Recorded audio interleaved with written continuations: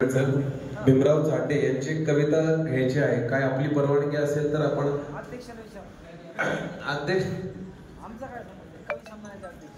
कवी संमेलनाच्या अध्यक्षांची परवानगी मी घेतलेली आहे आणि आभाळमाती कविता संग्रहाचे कवी आणखी मागे राहिले आहेत. एक दोन कवी राहिलेले आहेत.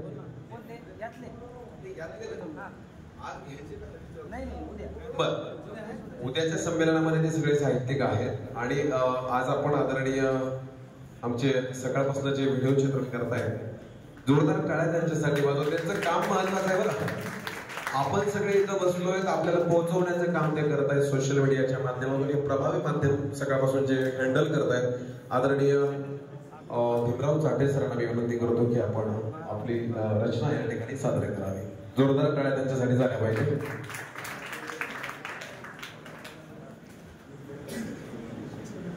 नमस्कार, जय हरी सर्वांना. मी संत चोखामेळा जन्मभूमी मेहुणा राजा या जन्मभूमीतून पहिल्या साहित्य संमेलनाला सचिन पाटील सरांनी बोलवलं होतं आणि तेथे पुण्याला सुद्धा एक गाडी घेऊन गेलो होतो आणि आज सुद्धा गाडीभर लोक घेऊन सुभद्रा माय बाबा सर्वांना घेऊन इथं आलोय. खरं पाहताना मी एक भारतीय सैनिक 18 वर्ष सेवानिवृत्तीनंतर आपण हे जे सर्व करताय ही आपली जीविका चालू आहे. प्रत्येक माणूस आपलं पगार पाणी पेन्शन व्यवहार ही त्याची उपजीविका असते, पण आपल्या मध्ये कोणताही गुण कला ही त्याचं जीवन कसं आनंदानं जगायचं ते शिकवत असते आणि ते सकाळपासून चाललंय. हे सर्व जीविका च्या माध्यमातून आपण एक हे करतोय. प्रत्येकाला कोणता छंद गाण्याचा नृत्याचा तो छंद त्या माणसाला त्याचं जीवन कसं जगायचं याकडे नेत असते. मी एक आई कविता सादर करतो. देव्हाऱ्यात पूजण्याजोगी आहे माझी आई. देव्हाऱ्यात पूजण्याजोगी आहे माझी आई. तुझी आठवण आई माझ्या हृदय येई. काही केले तरी उपकार फिटणार नाही. काही केले तरी उपकार फिटणार नाही. 9 महिने आई माझा पोटी केला सांभाळ. पुरवणी केली माझी पोटी देवनिया पिळ. अबोध किमतीचा जन्म हेची माझी फळ.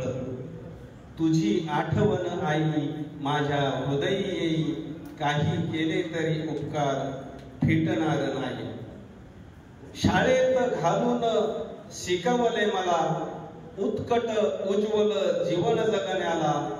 झुकलेली मान माझी जगा पाहण्याला. वंदन करीतो आई तव चरणाला.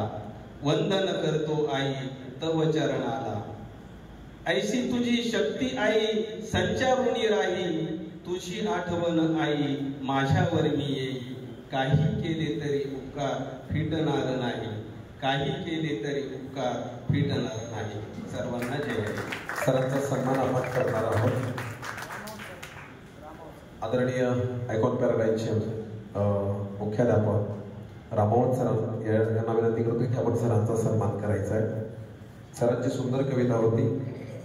एक शेर या कवितेवर झाला पाहिजे. मेरे किस्मत में एक भी गम ना होता.